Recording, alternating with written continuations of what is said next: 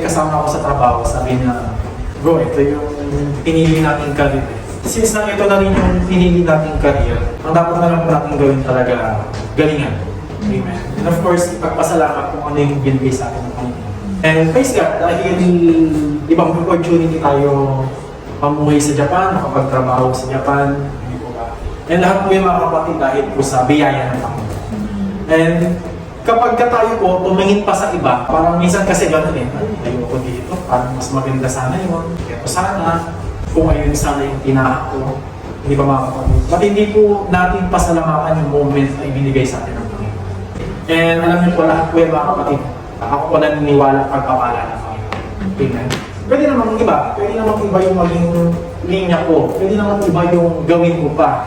Si kapatid, pwede namang engineer, yung iba pwede namang mag-artista, di ba? Pero mas pinili ko magpasko.